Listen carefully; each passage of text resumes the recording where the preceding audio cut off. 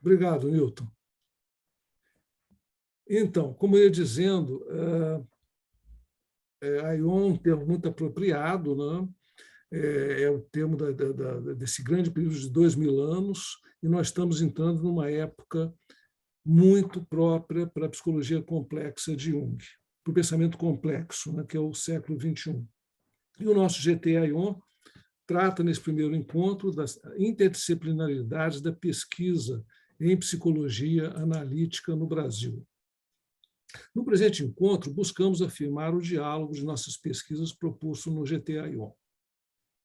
Interdisciplinaridades da pesquisa em psicologia analítica no Brasil. Passado um ano da criação do GT-AION, reavivamos o nosso propósito de investir na potencialidade da psicologia analítica para retomar e ressignificar jornadas presentes na cultura brasileira. Para isso, investimos em estar juntos, participando de bancas de mestrado e doutorado, publicando em periódicos nacionais e internacionais, em livros, em eventos, apresentações de trabalhos e partilhas em aulas de graduação e de pós-graduação em psicologia, apresentando e construindo modos de integrar a indissociabilidade entre ensino, pesquisa e extensão universitária dentro de um forte compromisso social e científico. O que nos embala é a gana de produzir ciência com a alma brasileira, evidenciando a potência da psicologia analítica em campos interdisciplinares. O GT-AION reúne professoras e professores, investigadores de instituições de ensino superior, IES, no Brasil, Norte, Nordeste, Centro-Oeste, Sudeste e Sul, e de instituições no exterior. Em Portugal, do Instituto Universitário de Ciências Psicológicas, Sociais e da Vida, o ISPA. Nesse cenário, os membros do GT-AION buscam investir na colaboração da inserção social dos respectivos programas de pós-graduação, a partir de parcerias em projetos de investigação que serão apresentados e discutidos no nosso primeiro encontro do GT-AION. Interdisciplinaridades da pesquisa em psicologia analítica no Brasil. Convidamos a todos para atravessar essa jornada de encontros e discussões entre os dias 18 e 22 de outubro de 2021, a partir das pesquisas elaboradas nos programas de pós-graduação em psicologia e em outros programas de pós-graduação, com as seguintes pegadas e atalhos. Primeiro, psicologia analítica, muito além da prática clínica. Segundo, mitologia, símbolo e transformação da alma. 3, a psicologia complexa e o programa de pós-graduação em ciência da religião da PUC Minas, que é este nosso encontro de hoje. 4, possibilidades polifônicas da psicologia junguiana. 5, caminho, pertencimento e encruzilhadas da religião no Brasil. 5, caminhos do Piabiru, aprendizagens interculturais. 6, psicologia junguiana, mangá e imigração japonesa na Amazônia brasileira.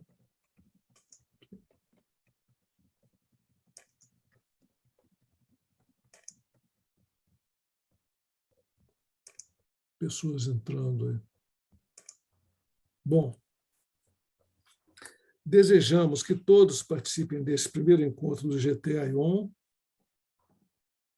como sendo um espaço de um de nós, e que nossa coletividade nos faça mais pertencentes e felizes no Brasil e, quiçá, no mundo. Estamos um pouco ambiciosos, mas é possível sim, Newton.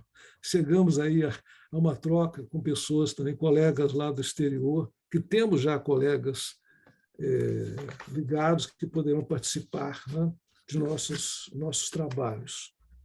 professor Joe Campbell, por exemplo, dos Estados Unidos. Eu estou ligado a um trabalho de pesquisa dele. Quem sabe, podemos fazer uma ponte com o GTAI-1. Eu vou passar a palavra rapidamente ao professor Carlos Frederico.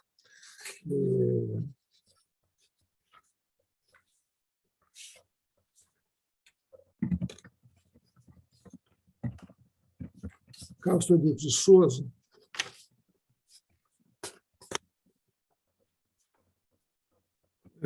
da PUC Minas, porque ele tem um compromisso logo depois, e para ele passar a fala logo para ele,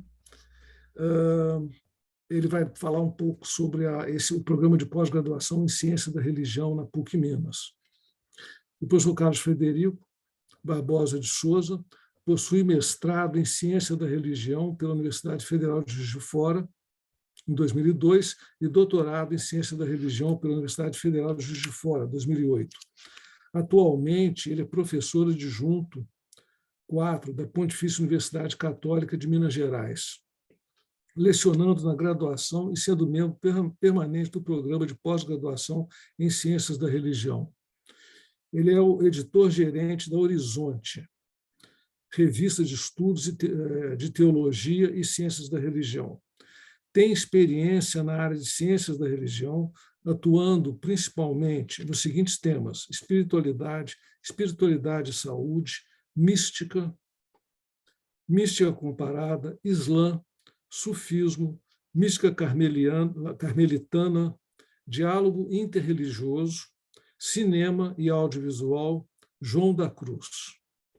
É professor da Faculdade Unimed, na pós-graduação em cuidados paliativos, disciplinas A Morte e o Morrer nas Religiões, Espiritualidade e Saúde. Membro do grupo de pesquisa Religião, Pluralismo e Diálogo, Replude. Autor do livro A Mística do Coração, a Senda Cordial de Ibn Arabi e João da Cruz. Membro da Sociedade de Teologia e Ciências da Religião, SOTER. Então, professor Carlos Frederico, com a palavra, por favor. Tá joia. Obrigado, professor Walter Boechat, já um parceiro nosso lá na PUC de alguma data, né, de algum tempo, e agradeço a possibilidade de estar aqui também. Né? Acho que é uma riqueza para o nosso programa de pós-graduação poder se fazer presente, tanto comigo quanto com a Soraya. Né? Eu vou falar, então, mais basicamente focado no meu programa de pós-graduação, apresentá-lo brevemente, né? Até 10h35, mais ou menos, 10h40 eu entro em outra atividade, e vou focar mais no programa porque eu não sou um junguiano, né? De alguma maneira, nem psicólogo. Eu sou da área de ciências da religião. Aliás, um fato relativamente interessante, eu trabalhei um pouco com psicanálise, deixei a psicanálise, fiz análise muitos anos, uma perspectiva freudiana-lacaniana, né? Depois fiz a formação e deixei justamente em função da ciência da religião. Foi a minha opção. E hoje, quer dizer, eu não sou um junguiano, mas sou um admirador de alguma maneira, né? Tenho interessado até em fazer alguns estudos um pouco mais aprofundados de Jung. Hoje eu me aproximo de Jung e Viktor Frankl, mais ou menos os dois que eu tenho tido algum interesse, embora realmente não seja psicólogo, talvez mais pelo meu interesse em cuidados paliativos, processos de terminalidade, adoecimentos graves, e o papel da espiritualidade nessa perspectiva, e também, como o professor Walter falou, os pensamentos complexos. Né? Até me chamaram para dar um curso esse ano sobre Jung, e eu relutei muito, depois acabei aceitando, porque queria, indiquei a Soraya, inclusive, indiquei outras pessoas, mas em Jung e a religião, eu falei, de religião eu posso falar, de Jung eu me sinto muito constrangido de falar, tem várias leituras, mas não sou um conhecedor. Né? Então, acho que o lugar é diferente. E aí, em função disso também, eu vou apresentar um pouco o programa de pós-graduação em Ciências da Religião, que não deixa de ser um certo espaço, né, para as discussões junguianas também.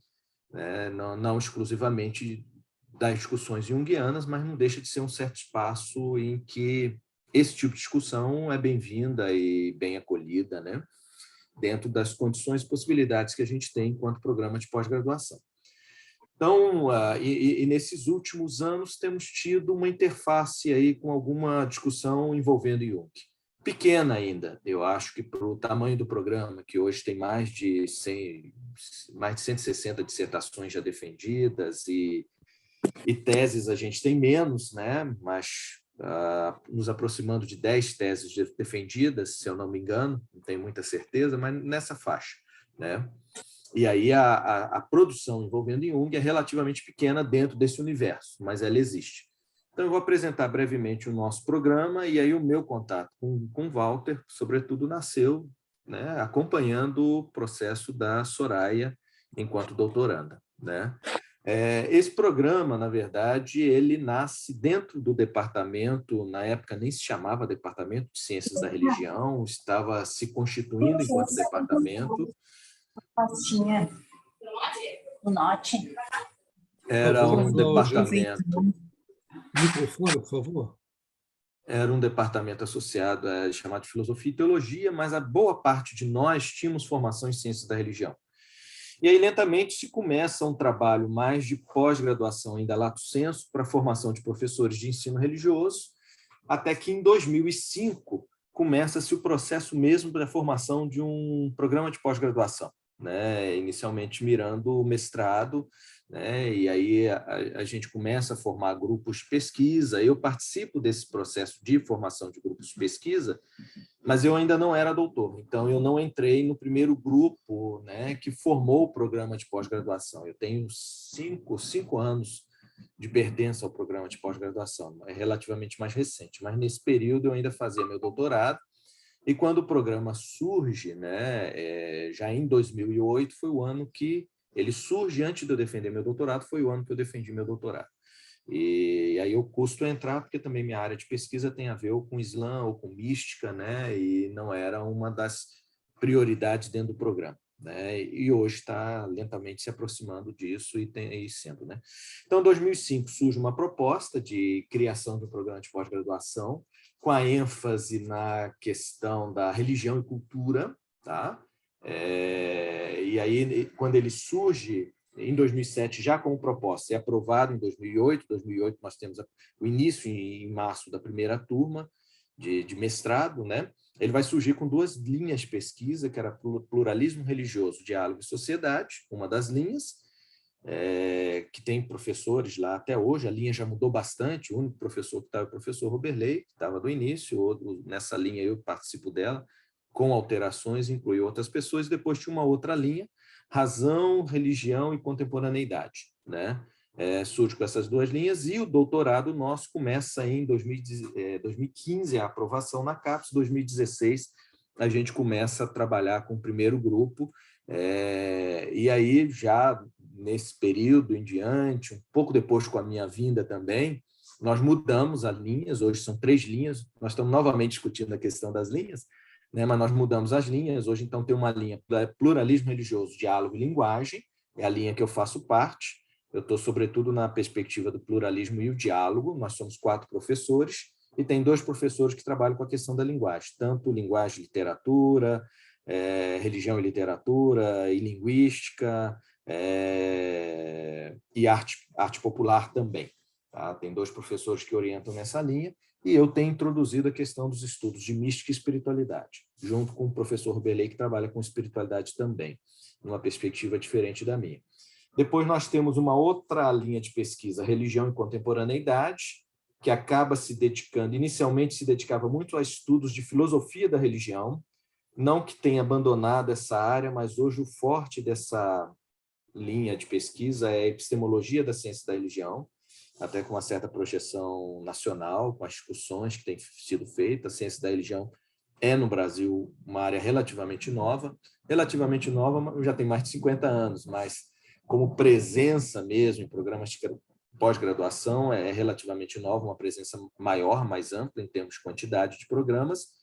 E mesmo em graduação, nós temos apenas 2 ou 3 graduações no Brasil, e não são muitas. Então, a maior parte de acesso a essa área de pesquisa é por meio da pós-graduação. Então, essa área, a linha religião e contemporaneidade, trabalha um pouco, então, essa questão da epistemologia, de uma forma bem pesada.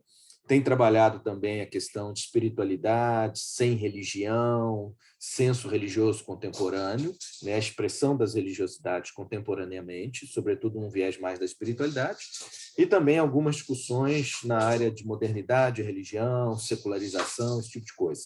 Até com um historiador que faz algum trabalho muito associado ao catolicismo, né, nessa perspectiva aí de relação com a contemporaneidade e tudo mais.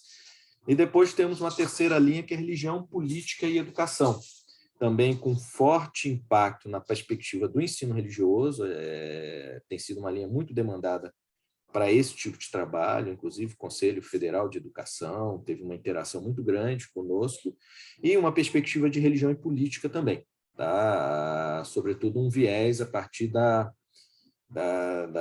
leitura mais de esquerda da política, né? E da relação com a religião, né? A outra linha também tem uma questão de religião e política, catolicismo, mas mais um viés de pesquisar os grupos de direita dentro do catolicismo, se é que a gente pode classificar assim, né? Grupos mais tradicionais ou tradicionalistas e certos embates que acontecem, né? E na sua relação com a modernidade. Então, atualmente são essas 3 linhas, nós somos 10 professores, estamos passando para 12, agora, brevemente, né, já estamos em processo de passar para 12, porque hoje a CAPES exige, para programas que têm um doutorado, que existam 12 professores, né? Nós temos também vários grupos de pesquisa, tá? Desde um que chama LERMOT, Laboratório de Estudos em Religião, Modernidade e Tradição, um outro grupo de pesquisa, Protestantismo, Religião e Arte, um outro, Religião e Cultura, e eles estão associados a essas linhas de pesquisa, tá? Normalmente as linhas têm mais de um grupo de pesquisa. Depois tem um Religião, Educação, Ecologia, Libertação e Diálogo, Religião, Pluralismo e Diálogo, que eu participo, né? Sou um dos coordenadores, e depois Religião, Política e Espaço Público, né? A gente também, como programa, tem 2 grandes revistas, tá? Que são também espaços para publicação, inclusive de textos envolvendo perspectivas junguianas, é uma possibilidade, por isso eu falo nelas, com poucas pesquisas, com poucos trabalhos sobre a questão junguiana propriamente dita, né? Então, uma das revistas é a Interações, que numa classificação mais antiga era B1 da CAPES, hoje deve estar em A4, caminhando para um A4, se eu não me engano, A4, A3, por aí. E depois a Horizonte, Revista de Estudos de Teologia e Ciência da Religião, que eu sou editor-gerente, né? Eu vi aí que está o Brasil também, é um orientando meu, também é um dos editores da revista, a Soraya também já trabalhou nela, e que hoje também é uma revista de peso dentro da área de Ciências da Religião e Teologia. Hoje é de maior impacto no Brasil, junto com a Rever e a Perspectiva Teológica, né? A gente vai revezando na liderança, uma hora um passa o outro, né? Mas é uma revista que era A1, né? Nessa nova perspectiva da CAPES, deve passar para A2, mas é um grande espaço de publicação também, embora como revista acadêmica a gente tem uma série de exigências, né? E uma delas, por exemplo, é a publicação de artigos de doutores, né? E nunca tivemos um número, um dossiê, por exemplo, envolvendo estudos junguianos. Então, eu falo isso de alguma maneira porque eu entendo que são algumas possibilidades, né, de trabalhos, de perspectivas de publicação, né? É lógico que é uma revista que, para publicar, o foco temático tem que envolver religião, né? Que é o nosso foco de pesquisa, de trabalho, né? E também temos desenvolvido uma série de colóquios, né, dos grupos de pesquisa, né? Então, todo ano, o meu grupo de pesquisa está organizando um colóquio agora, para o final do ano, junto com um grupo de pesquisa de religião, diálogo, libertação, educação, né? Que é sobre decolonialidade, pensamento decolonial e religião, né? Então, com frequência, a gente, né, organiza quase que anualmente, então a gente tem uma faixa de 3 a 4 colóquios todo ano, que é um pouco na linha do que o GT-AION está fazendo. Os grupos de pesquisa se reúnem e a gente chama umas pessoas para fazer algumas conferências e também houve colocações, observações dos membros do grupo e são espaços abertos para discussão e, normalmente, discussões temáticas, né? Em termos... Então, é isso um pouquinho geral do programa, tá? Na sua produção, no seu desenvolvimento. Hoje ele é nota 4 na CAPES, a gente está com uma expectativa, agora suspenderam, né, o processo avaliativo da CAPES, momentaneamente, pelo menos, a gente está com uma expectativa de que a gente passe a uma nota 5, né, e pelo menos nessa próxima avaliação. Em termos de teses e dissertações, nós não tivemos muitas no nosso programa. Então, a Soraya, né, teve uma dissertação de mestrado e uma tese de doutorado, e eu não vou comentar, vou deixar para ela, porque ela vai ter a fala dela, né, inclusive com produção de livro depois, tudo mais, né, e tem atuado bastante na área, e aí a Soraya depois ela comenta o dela. Mas nós tivemos algumas dissertações e uma tese de doutorado apenas fora as da Soraya. Então, eu vou só mencionar, tá? Em 2011 foi nossa primeira dissertação envolvendo Jung, Imaginário Mítico, o Simbolismo do Herói, à luz de Joseph Campbell e Carl Gustav Jung, de Solange Missaja de Matos, orientação do professor Amaury Carlos Ferreira, que hoje não está mais no nosso programa de pós-graduação, ele está no programa de pós-graduação em Educação e em Educação em Ciências, 2 programas da PUC de pós-graduação. E o Amaury, inicialmente, foi quem mais deu vazão à acolhida de pessoas que tinham uma pesquisa associadas a Jung.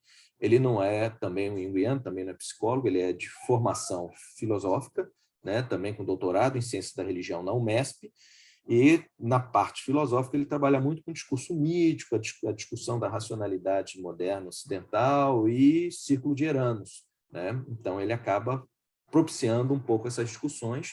Já encontramos, né, eu e Walter lá numa orientanda dele de doutorado, numa banca, e também na banca da própria Soraya, mais de uma vez, né?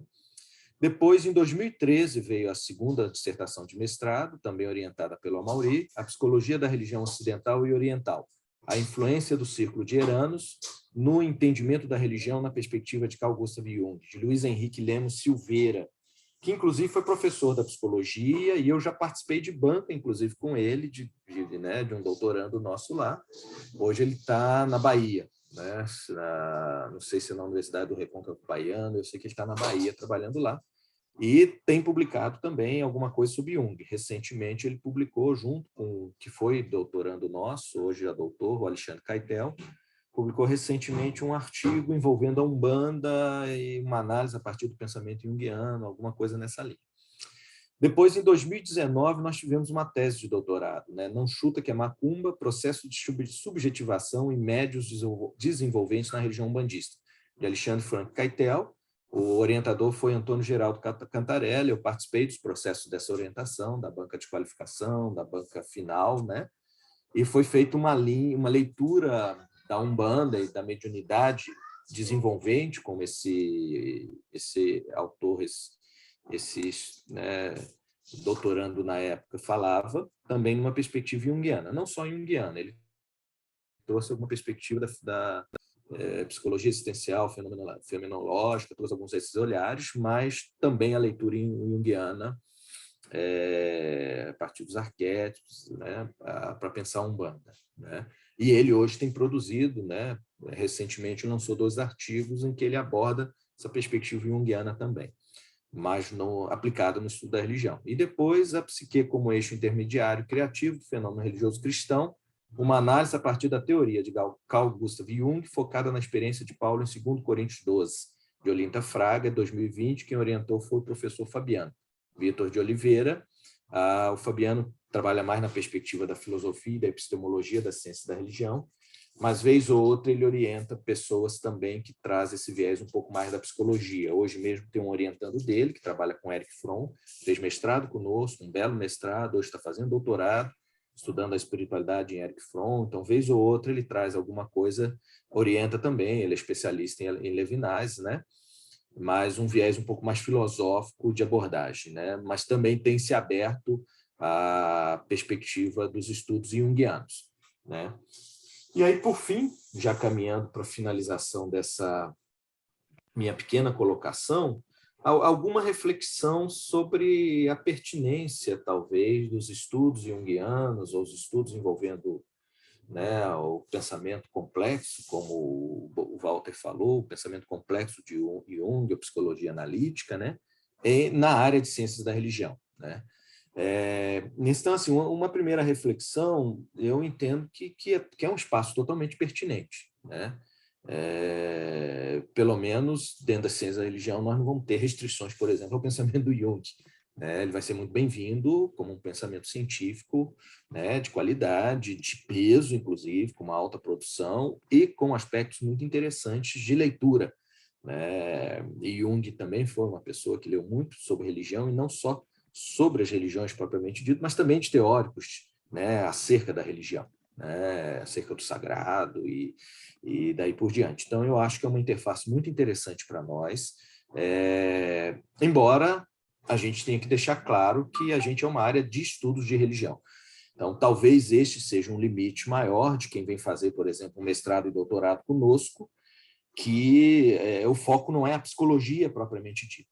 Embora se trabalhe a psicologia, numa linha de psicologia da religião, o foco é uma descoberta, novos olhares sobre o fenômeno religioso a partir de análise da própria psicologia, do impacto do fenômeno na psique humana, na formação de arquétipos, seja lá o que for, e às vezes até em prática clínica, né? Eu já participei aí foi TCC, não era junguiano, mas pessoas que trabalham com essa questão clínica, religiosa na clínica de psicologia, seja ela de que linha for, né? Então, eu acho que é muito bem-vindo no sentido de que nos traz muitas leituras novas, diferenciadas sobre a questão religiosa. Esse é o impacto na subjetividade humana, né, de que linha for. Eu penso que talvez que existam desafios, tá? No nosso programa hoje, um grande desafio é que nós não temos psicólogos entre nós, tá? No corpo de professores.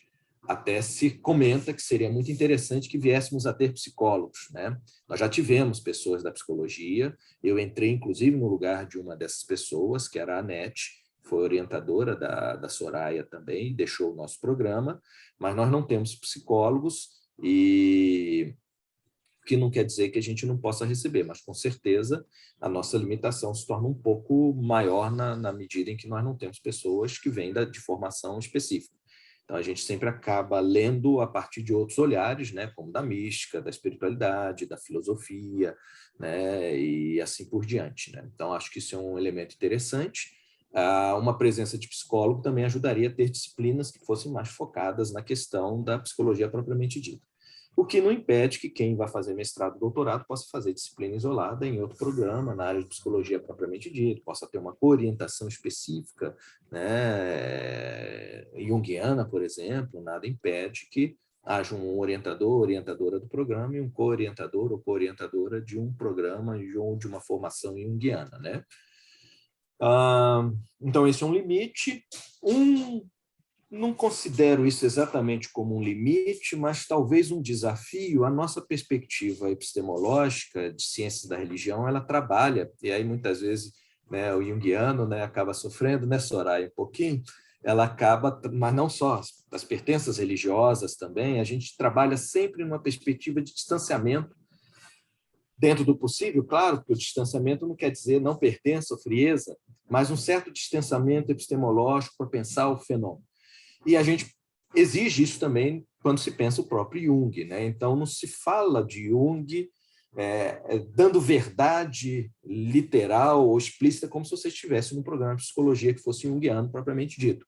Mas se fala de Jung também dando um certo distanciamento para pensar como é que ele lida com o fenômeno religioso e tudo mais, né? Porque justamente estamos num programa que vai se caracterizar muito pela interdisciplinaridade, né? Por vários vieses de pesquisa, e mesmo as nossas bancas acabam sendo montadas muitas vezes nesses vieses, né, diversos e interdisciplinares, né? Então, esse distanciamento é um elemento que caracteriza nosso tipo de trabalho. E o que não quer dizer não ter pertença, né? Porque aí realmente ficaria algo artificial. Porque a gente pode ter pertença, mas ao olhar o que a gente faz, é importante que a gente se distancie, e eu entendo que esse distanciamento, inclusive, é positivo, porque nos permite dar olhares um pouco para além, né? Eu estou orientando uma pessoa agora na psicologia transpessoal, que tem uma matriz junguiana, né? De influência, né? Assim como Rogers, né? Mas em todo caso, e aí eu tenho trabalhado isso com ela, esse distanciamento permite que você transforme esse discurso para além, né? De expressões, por exemplo, de certas tradições religiosas ou de certas concepções de psicologia. Então, eu acho que isso pode ser relativamente útil no sentido de dar uma linguagem que amplie para outras expressões, outras experiências, né? Eu acho que a vantagem que a gente poderia ver, então, num programa de pós-graduação em Ciência da Religião, de uma pesquisa, é o lado interdisciplinar, né? Porque aí nós vamos ter múltiplas interações filosóficas, sociológicas, teológicas, também são bem-vindas, sempre com distanciamento, mas a teologia também é bem-vinda, e da psicologia, e de vários vieses, inclusive religiosos diversos, né? Nós temos pesquisa aí ligada à Umbanda, pesquisa ligada a uma perspectiva mais mítica, teórica, a noção de sagrado, né? Então, essa possibilidade é muito interessante. E também eu acho que é interessante um pouco mais essa questão do distanciamento, propriamente dito, né? Eu acho que ele permite alguns olhares interessantes. Mas eu acho que é isso, né? São 10h36, cumpri meu horário direitinho. E eu queria, então, encerrar minha fala, né? Infelizmente, eu não posso ficar mais, acho que seria interessante a gente poder debater, mas é porque realmente eu entro em sala de aula agora com uma turma e não posso permanecer com vocês, né? Mas vocês estarão em boas companhias, tanto do Walter quanto da Soraya, e qualquer coisa, né? Estou à disposição também para interlocuções até posteriores. E termino agradecendo ao próprio Walter, né, o convite e a oportunidade de eu falar do programa onde eu trabalho hoje, a minha casa hoje. Já é há alguns anos, eu tenho mais de 20 anos de PUC, né? Mas é isso. Muito obrigado, tá bom? Muito obrigado, professor Carlos Frederico. O professor já tinha me dito sobre esse compromisso posterior. A gente lamenta, né, porque queríamos ter o professor mais tempo aqui, comentando sobre o programa e tudo, mas fizemos até a nossa divisão de tempo aqui e a nossa arranjo aqui de falas, para que o professor falasse primeiro e tivesse esse tempo que ele tem aqui livre, né, de comunicação. E, enfim, se houver depois questões ou levantamentos, eu posso transmitir ao senhor, professor, por e-mail, posso levar alguma Pode questão. sim. Sim, à vontade, Walter, à vontade. Muito obrigado. Tá? Eu, posteriormente, Então é eu levo. isso. Tá? Eu me despeço e agradeço a oportunidade, pequena interação, né? Infelizmente eu não ouvi de vocês, mas depois a Soraya me conta, tá bom? Abraço, gente. Muito Obrigado. obrigado, Carlos Frederico. Muito obrigado pela presença e vamos manter contato, né? E ficaram as sementes aqui de futuros contatos e trocas Sim, com com certeza. Minas Gerais, né? Muito interessante. E a gente fica muito claro para nós esse aspecto nacional da psicologia complexa de Jung e como ela se insere em vários programas, em várias situações. E eu pensei no programa de pós-graduação em Ciência da Religião da PUC Minas, não só pela sua estrutura tão bem organizada, tão bem estruturada, mas sendo essa questão da religião, esse olhar para a religião ser tão interessante, um campo tão profícuo para Jung se desenvolver. Né? Sim. Eu vou passar, então, a palavra para a Soraya Ferreira. Ela vai falar tanto do mestrado dela, no programa, quanto do doutorado. Eu tive a oportunidade de participar das mesas dela, e ela vai falar dessa experiência dela, resultou até na publicação, como o professor Carlos Frederico já mencionou. E, então, a Soraya Cristina Dias Ferreira é psicóloga clínica, com ênfase em psicologia analítica junguiana. Ela é doutora e é mestra em Ciências da Religião e especialista em Psicologia Analítica Junguiana pela PUC de Minas. Licenciada e graduada em Psicologia pela FUMEC. Atualmente pesquisa Edith Stein e o Ciclo de Göttingen, pela Universidade Federal de São Paulo, Unifesp, e Pluralismo Religioso, Diálogo e Linguagem, pela PUC Minas. Participa do grupo de pesquisa interdisciplinar Mística e Estética, cadastrado pelo CNPq, e o projeto A Arte como Expressão do Discursivamente Inexprimível, um diálogo entre Nise da Silveira e Suzanne Langer. pela Faculdade Jesuíta de Filosofia e Teologia, FAGE. Leciona no curso de extensão do Instituto Santo Tomás de Aquino, ISTA, e na pós-graduação em Saúde Mental da Faculdade Dom Luciano Mendes, FDLM. É membro da Comissão de Psicologia, Espiritualidade, Laicidade, Religião e Outras Tradições, CLEROT, no Conselho Regional de Psicologia de Minas Gerais, CRP 04. Atua nos seguintes temas: psicologia profunda, saúde mental, psicologia e religião, fenomenologia einsteiniana, espiritualidade e mística. Então, Soraya, contribua, por favor, aí com as suas experiências tão ricas para nós, nosso GT. Bom dia a todos.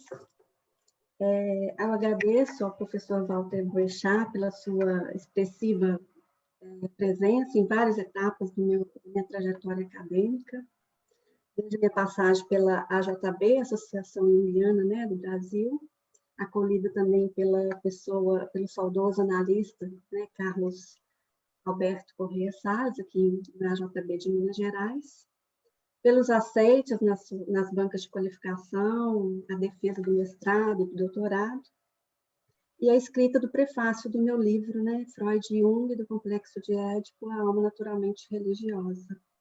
E hoje, pelo esse convite para falar, né, das minhas pesquisas, representando, então, o programa de pós-graduação da PUC Minas, nesse primeiro GT Ion, né? Eu aproveito também para parabenizar a coordenação do evento, pela intencionalidade de dar voz aos pesquisadores da psicologia complexa, mais conhecida como analítica junguiana, né, e intelectuais brasileiros, pesquisadores que, como eu, vêm lutando para transmitir o pensamento de Jung nos mais diversificados âmbitos acadêmicos, porque não é muito fácil, né, essa introdução. A nossa comunicação, então, ela propõe apresentar itinerários de pesquisa acadêmica, ressaltando os pontos relevantes que marcaram a história da psicologia profunda e da fenomenologia. Aqui, hoje, né, mais precisamente, a fenomenologia empírica qualitativa e construtiva de Carl Gustav Jung. Vale ressaltar que a psicologia analítica de Jung, usada para diferenciar a sua abordagem dos demais, ela foi, segundo o historiador da psicologia, né, Shindazani, realizada por Jung em 1930, rebatizada, né, como psicologia complexa, que é o tema que o Walter nos propõe falar hoje, né? Então, a sua concepção de humano nasce como uma resposta à crise da incipiente ciência denominada psicologia, e devido ao humano ser o seu próprio objeto de estudo, observa a si mesma e para o cumprimento também do processo de individuação de Jung, que ao se deparar desde a sua infância, né, com o inefável, ele é inserido nesse mistério que nos transcende, pelo transcendente também, né? Mais tarde, já como médico, antropólogo da psique, nosso autor se depara com a praxis de uma psicologia objetiva, de uma psiquiatria, né, objetiva, muito instrumental, com uma psicologia empirista, considerada como psicologia sem alma, e com a psicanálise freudiana, considerada pelo autor, de certa forma, reducionista em alguns pontos. Este itinerário o leva, então, a buscar novas chaves de compreensão para a natureza da energia psíquica humana. Refutando a hipótese, né, da libido, defendida por Sigmund Freud, Jung vai nos apresentar um conceito energético de libido, tirando a conotação totalmente enfocada na sexualidade, os impulsos infantis, recalques, e mobilidades sexuais. E vai nos apresenta uma libido relacionada a uma distribuição da energia psíquica bem mais abrangente, na qual o impulso sexual continua tendo a sua relevância, mas é destacado como apenas um dos exemplos de transformação nessa vivência dos opostos presentes na dinâmica psíquica. A sua obra não expõe o tema do fenômeno religioso de uma forma linear e causal, pois mediante a gênese da complexidade psíquica Jung buscou analisar hermeneuticamente as diversas manifestações arquetípicas, principalmente as que se referem ao caráter do luminoso, conceito que o autor extrai do teólogo Rodolfo Otto, demonstrando que a compreensão do dinamismo simbólico e dos opostos é um contínuo exercício para apreendermos o mundo não como um simples espectador, né? Mas como pessoas que ele considera como microcosmo, aberta para esse macrocosmo, né? O unus mundo, o mundo mais uno, no qual esse aspecto do arquétipo luminoso é retratado de forma investigatória em sua vasta obra construtiva, que ressalta o poder da enantiodromia, né? Essa junção dos contrários em linguagem psicológica junguiana, essa junção entre o consciente e o inconsciente. Então, percorrendo este caminho de uma constituição transdisciplinar, que Jung vai consolidando vida e obra, a sua autoexperimentação descida ao inconsciente, retratada nos livros negros e no livro vermelho, seus estudos, suas viagens culturais, enfim, o seu experienciar, nos deixa diversos aprofundamentos, nos quais a pergunta sobre a origem do ser humano psíquico se depara com a busca pelo sentido do seu ser. E este perceber-se em seu centro mais profundo, tocado pelo arquétipo do luminoso. Para confirmar, então, esse itinerário investigativo, que coloca em pauta o humano desperto para essa máxima interioridade, escolhemos trabalhar com o método analítico, pautado em pesquisas bibliográficas, no Departamento de Ciências da Religião, da PUC-Minas. A área de concentração é religião e cultura.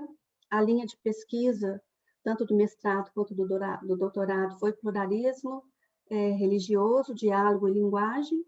A subárea da CAPES é epistemologia das ciências da religião. Então, no mestrado, eu fui orientada pelo atual bispo, Dr. Lindomar Rocha Mota, e no doutorado eu passei por algumas orientações até me fixar aí com a entrada do Dr. Carlos Frederico, né, que nos falou mais cedo, como orientador até o final do meu doutorado. E recebi também como incentivo de pesquisa, né, a bolsa de estudo da CAPES e da PUC-Minas. Seguindo, então, este nosso itinerário de pesquisa, primeiramente, no mestrado, foi buscar compreender comparativamente, né, que o distanciamento de Jung da teoria psicanalítica de Freud se dá como resposta ao seu contínuo aprofundamento sobre as dimensões da vida simbólica, interfaces que revelam possibilidades de aproximação do humano com essa totalidade psíquica, o self. O autor, né, já conceituado pelas suas pesquisas, pelas suas atuações clínicas, ele encoraja-se em sua própria construção teórica, denominada por ele de fenomenologia empírica qualitativa, né, da psique, ou a construtiva.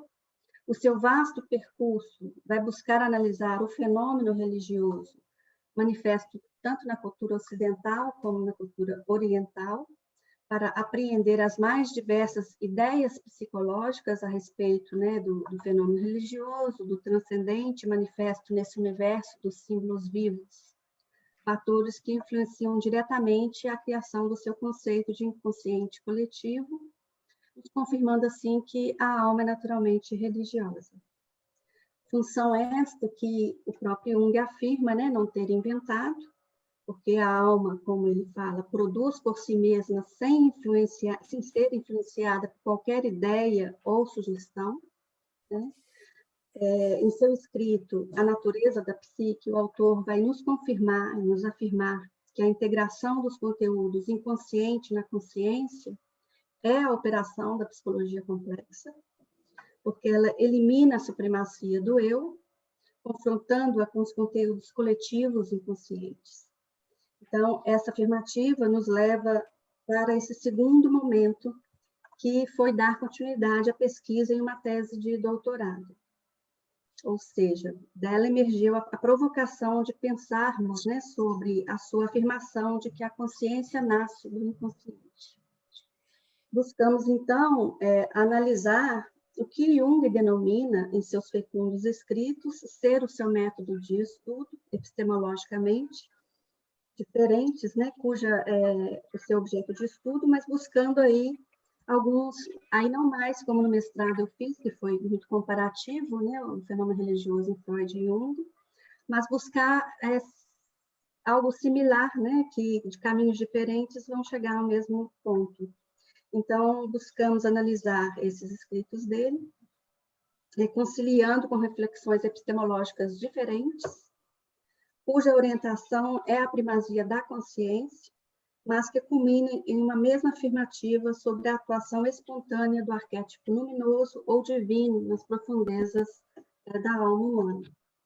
E aí, a partir dessa minha busca por um segundo autor para dialogar com Jung, me deparei com o pensamento de Edith Stein, também considerada Teresa Benedita da Cruz, porque ela entra para uma vida monástica, né, com Carmelo Descalço, e ao aderir à fenomenologia de Edmund Husserl como forma de escavação da estrutura humana em formação, ela transita em escritos espirituais, metafísicos e místicos, nos confirmando que a atenção dada à vida interior nos leva ao reconhecimento do núcleo pessoal identitário e pode também nos levar à experiência do arquétipo divino. E nas profundezas do núcleo pessoal, né, da alma, para Edith Stein faz morada. Então, para a gente chegar à hipótese de que em um centro mais profundo Deus habita, nós percorremos nos escritos de ambos os autores fecundos estudos, nos quais a vida e a obra nos proporciona os seus escritos mais maduros, né? E Edith Stein, Ser Finito e Ser Eterno, e Ciência da Cruz, e Jung, A Natureza da Psique, e outros que a gente aprofundou, né? Que é uma obra muito extensa também. E neles, em Edith Stein, tivemos desvelamentos importantes sobre essa interatividade também considerada por o humano, né, como microcosmo, envolvido nos mistérios que permeiam essa interação com o macrocosmo e nos faz chegar a essa verdadeira via mística que era o objetivo da minha tese.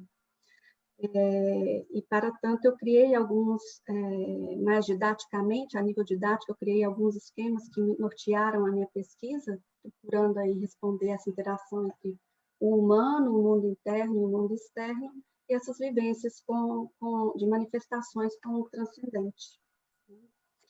E para a gente chegar nessa via mística. Então, sendo o humano o único ser capaz de desvelar o tema abordado, a nossa pesquisa teve desde o início essa consciência, né, de que iríamos esbarrar no mistério do luminoso, e com certas limitações, né, a razão humana não apreende tudo, né? Mas os fios que compõem esse interminável manto científico foram movidos pela vontade, que, alimentada pelo princípio vital, tenta, consciente, né, dessa pequenez, continuar a amplificação da arte primeira. Diferente, né, dos minerais, dos astros, das plantas e dos animais, a estrutura humana recebe funcionalidades que o prendem ao exercício hermenêutico, a infinitas análises na tentativa de validar o conhecimento de si mesmo e do universo. E ambos os autores, com trajetórias diferentes, foram nos apreciando com este caminho, né, esse itinerário que eles foram fazendo, tanto teórico quanto vivencial. Então, como ponto de partida, é salutar observar que essas realidades humanas tornaram-se a única maneira de averiguar as hipóteses levantadas, e constatar que, seja qual for a descrição encontrada, ela apenas formula e ordena pontos que, como partes distintas ou não, se somam a esse grande mosaico que agora tentamos problematizar e compreender, que é o humano interior. E por isso a nossa tessitura de amplificação do humano a caminho do centro mais profundo elegeu escavar com um certo propósito mesmo e um certo deleite o pensamento destes dois grandes autores que conciliam a vida e obra nos apresentam leituras sobre a alma da alma em Edith Stein, que seria esse núcleo mais profundo do ser humano, uma interioridade mais profunda, e essa interioridade mais profunda também em Jung, né, como a totalidade psíquica do self. Ambos autores não apenas deslumbram, mas eles viabilizam a possibilidade de continuarmos a efetivar uma aplicabilidade de uma psicologia com alma, respeitando na dimensão da humanotríade, né, corpo, psique, alma, né, e espírito, o desenvolvimento da alma espiritual. Em Edith Stein, né, essa parte espírita intelectiva, mas se abre para a parte espiritual e depois para a parte mística, com escritos pedagógicos, antropológicos, espirituais, filosóficos, e principalmente, né, o que eu adentrei mais na minha pesquisa, os escritos espirituais e místicos, com uma abordagem de uma mística mais cristã. Em Jung, a gente acaba abrindo muito mais, né, a sua pesquisa é muito direcionada para a vivência ele cita vários místicos, interessante que, com minha pesquisa, há pontos muito comuns de estudos entre Edith Stein e Jung, né, como os escritos de Santo Inácio de Loyola, com os escritos tomistas, com a questão, né, do arquétipo. Então, enfim, não, uma pesquisa sempre a gente inicia sem saber o que vai encontrar realmente, né? E foi muito interessante ver que isso foi se abrindo para algo que confluiu, né? Muito fluente aí essa questão de como os dois, em caminhos diferentes, desenvolvem as suas pesquisas para poder nos falar dessa estrutura do humano, da natureza, né, do psiquismo, e chegam a muitos pontos concluentes. Então, portanto, mesmo ciente, né, de que esses pontos cegos encontrados sobre o enfoque dado ao estudo do objeto em questão, que é o humano, e seus itinerários rumo a este centro mais profundo, né, a nossa pesquisa doutoral, ela se estendeu em 3 capítulos. No primeiro capítulo, eu busquei enfatizar elementos tecidos a partir do manto científico que compõe as ciências humanas e as suas interfaces com os autores pesquisados. Ambos os autores, né, criticam a psicologia empirista, né, e ambos os autores vão buscar novos caminhos para construir Jung, né, uma psicologia com alma. Edith Stein também, após a sua tese de doutorado sobre a empatia, vai buscar também, retoma a psicologia para falar, né, da psicologia causal, e traz muitas contribuições referente a esses estudos, né?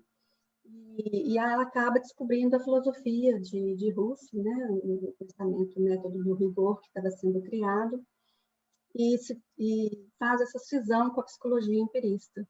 Jung, da mesma forma, né, vai fazer também essa ruptura com a psicologia empirista. Então, esse primeiro capítulo aborda mais essas interfaces, né, da história da própria construção, né, da ciência, da psicologia, e por que a busca desse outro caminho, dos dois autores. No segundo capítulo, nós demonstramos os caminhos ordenadores que cada autor elegeu para abordar a estrutura humana, né, ou a energia psíquica do humano. E a gente encontra nos dois autores uma busca pela formação, né, o processo de individuação. Os dois autores abordam como uma forma também, né, de constituição do si mesmo. Então, o método husserliano seguido por Edith Stein e a fenomenologia empírica construtiva da psique criada por Jung, né, nós analisamos assim em Jung especificamente, né, as tipologias do introvertido, extrovertido, as funções psíquicas, sentimento, sensação, pensamento, intuição, enfim, né, os seus principais conceitos, sombra, persona, ânimo, sincronicidade, psicóide, entre outros, né, para nos abrirmos à compreensão de que a natureza da energia psíquica apresenta fenômenos funcionais de caráter instintivo, conservador, autônomo, e compulsivo cego, que se desintensifica quando a correspondência eles atingem uma parte superior, né, a influência das imagens primordiais, qualidade transcendente e o aspecto do arquétipo luminoso. Passamos um pouco, né, pelo contexto da criação desses conceitos e evidenciamos, né, como Jung vai abordar de diversas maneiras, mas o nosso enfoque central é realmente o arquétipo do luminoso. Né? Em um terceiro capítulo, então, a relevância dele emerge, né, como uma forma de recolher esse néctar que ambos os autores nos deixam a respeito do humano a caminho deste centro mais profundo, né, de uma vivência interior mais profunda. E em Edith Stein, que tem o nome de Teresa Benedita da Cruz, né, por ela ter escolhido livremente viver uma vida monástica, né, num Carmelo descalço, fundado por Teresa d'Ávila, também conhecida como Teresa de Jesus, né? Ela torna-se, então, necessária a gente demonstrar as inspirações dessas escolhas que ela vai fazendo, que leva a buscar um profundo sentido espiritual. E a via mística cristã é, então, enfatizada como o caminho de amadurecimento intelectual e, acima de tudo, de concretude da sua busca pela verdade, e de uma verdade encontrada aí de uma forma em vivências nos escritos místicos, né, dos seus mestres, que é Teresa d'Ávila e São João da Cruz. Então, já em Jung, né, esse processo da totalidade psíquica encontra na via inconsciente as imagens arquetípicas que vão facilitar o acesso do humano aos níveis conscientes, atingindo assim os centros mais profundos do si mesmo.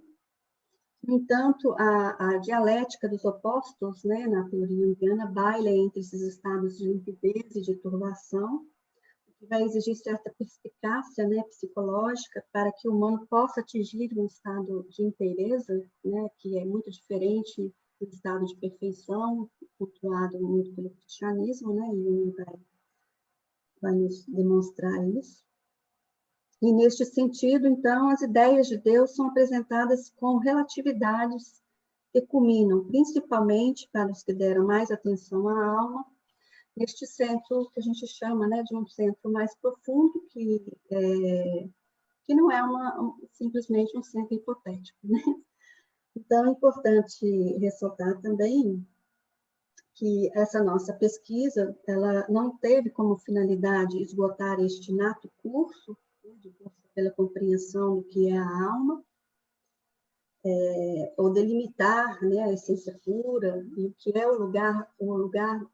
que lugar que o humano realmente, né, ocupa nessa imensa circunvolução que contém em si os elementos que o transcende e os aspectos transcendentes, né? Ela tem, então, a intencionalidade gerada foi por interpretações recorrentes mesmo, ao ter eleito, né, desde os primórdios do meu caminho científico da graduação, né, em psicologia, se deu mais ou menos em 1997, e também ao me deparar com esse objeto de estudo, né, no qual a trama se articula em múltiplos construtos teóricos, né, e acaba que a gente elege, dentro dessas várias opções, aquelas que também a nossa alma se identifica, né? Acho que Jung mesmo, né, menciona isso, né? Ele vai dizer, né, nós temos muitos freudianos, e poucos junguianos, né? Mas é a alma que se identifica também com a teoria, né?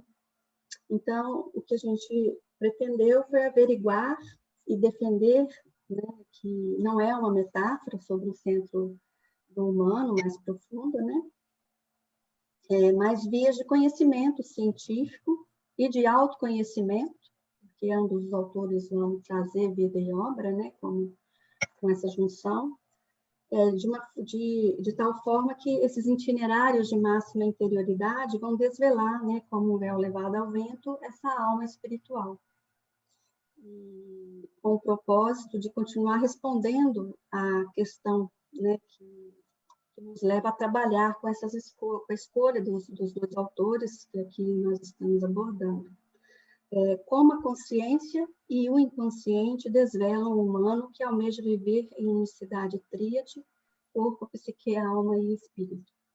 E aí, em Edith Stein, nós temos a fenomenologia de Russell, da qual a autora se apoia em escritos, mesmo lendo escritos metafísicos e espirituais, ela continua, né, utilizando-se da fenomenologia, e Jung, a sua própria criação, né, da sua teoria, que nos traz, né, nos presenteia uma forma, né, de análise do comportamento humano, da estrutura, da natureza, né, dessa energia psíquica.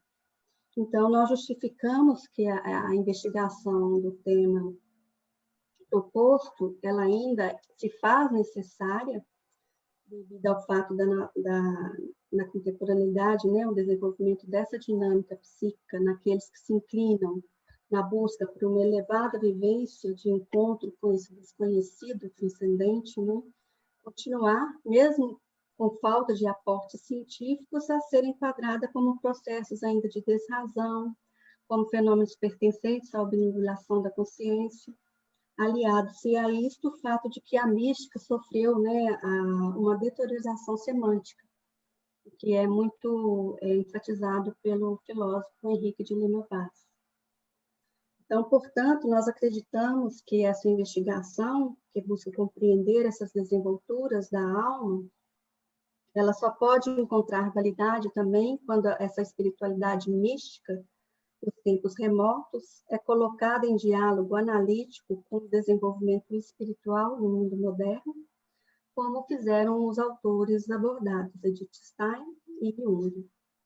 Então, partindo de orientações que observam o humano tríade, corpo, psique, alma e espírito, ora priorizando a consciência, ora o inconsciente, nós vamos averiguar que quando ciências diferentes se cruzam, a complexidade desse tema inesgotável ganha relevantes amplificações para o campo acadêmico e para a praticidade da experiência do vivido de pessoas que, através de sua liberdade e da vontade, né, buscam trilhar esse caminho ou saciar-se de fontes que revelam um pouco mais desses processos considerados desenvolvimento espiritual e místico. E para isso nós adentramos, né, na criação da teoria de Jung. É necessário que a gente conheça um pouco das origens que vão acontecendo para que ele possa falar dos seus principais conceitos, né? Então, acaba que nós temos que ler a obra de Jung, mas fazer algumas saídas, né, em contextos filosóficos, para compreender as suas analogias, né? E isso acaba sendo um trabalho um pouco árduo, mas muito prazeroso, né? Eu acho que uma das grandes paixões quando a gente lê Jung e quando a gente também vai ler Edith Stein, essas grandes saídas que a gente tem que fazer para contextualizar os seus próprios conceitos. Eles não nasceram do nada, né? Quando a gente vê que né, o Chandazani fala assim que nós temos muitos Jungs, conforme nós temos os leitores de Jung. E talvez falta, às vezes, essas bases também de buscarmos compreensão de que é uma construção muito erudita, né? Jung bebe de muitas fontes para criar os seus conceitos e da sua própria autoexperimentação. Nós justificamos, então, que essa investigação do tema ela torna-se muito contemporânea, né? E acreditamos que essa desenvoltura da alma só pode ser encontrada, então, nessa validade da espiritualidade que liga, né, esses tempos medievais, esses escritos que também vai nos trazendo, né, das questões ocidentais e orientais, né, dos estudos alquímicos e tudo mais. Quer dizer, tudo isso fala do humano, né, e por isso a gente consegue amplificar um pouco mais esse nosso objeto de estudo que é tão difícil de ser realmente aprofundado. Outra relevância, né, não menos importante, o desenvolvimento também dessa temática que eu busquei aprofundar, né, que é essa vida mais interior, esse centro mais profundo, é que nesse mundo nosso mais acelerado, né, o mundo moderno, o humano tem se rendido a uma formação voltada para o distanciamento de si mesmo e uma série de adoecimentos psíquicos e psicossomáticos, né, até mesmo na primeira infância, está sendo evidenciada nas clínicas de psicologia e psiquiatria. As concepções de humano dos dois autores vão priorizar uma formação humana desperta para a importância do cultivo da interioridade e do autoconhecimento, né, que seria esse itinerário capaz de despertá-lo do distanciamento da sua casa interior, né, considerado por ambos os autores de microcosmo, no qual deve, de forma livre e íntegra, viver em relação de reciprocidade com o macrocosmo, né, que nos mundo como mundo cultura. Então, com essas intencionalidades, assim, nós estruturamos esse curso investigativo para que a gente possa amplificar esses conteúdos que são inerentes, né, a essa problemática central de conhecer um pouco mais sobre o humano interior. Para tal, ambos os autores vão nos apresentar alguns itinerários, né, de vivências que desvelam caminhos de interioridade mais fecunda e, por fazer esse desvelamento, nos apresenta aí, nos amplifica um pouco mais do que seria, né, essa natureza psíquica ou essa estrutura humana. Essa tarefa, para mim, eu considero ela apenas iniciada, né, mas ela já me coloca a dar continuidade de pesquisas, por isso eu continuo em grupos de pesquisa que envolvem esse tipo de pensamento, né, da mística, do pensamento, das contribuições, inúmeras contribuições que nos traz a respeito do fenômeno religioso, e também que culmina, né, nesse ápice, né, de uma mística com profundidades que nos desvela um pouco mais dessa estrutura como algo que já está inerente em nós, né? Ambos os autores vão trazer essa dimensão também, de que não estão excluindo, né, o mundo externo, porque ele é parte desse caminho, desse itinerário, né? Mas ele só é possível a partir de um olhar de dentro, né? E aí é que a gente ganha essa questão de uma primazia da interioridade. Então, dessa forma, constata-se que essas diversas concepções do humano relacional, elas surgem a partir do que a sua estrutura e o seu vivido vai nos deixar como pistas, né, para pensá-lo de maneira científica, poética, artística, dentre outras formas. Né? O recurso que a razão traz é o recurso da linguagem, mas a linguagem também é simbólica, né? A linguagem também permeia assuntos metafísicos, a linguagem também se amplifica em conteúdos que, às vezes, a razão tem certa dificuldade de apreender, né?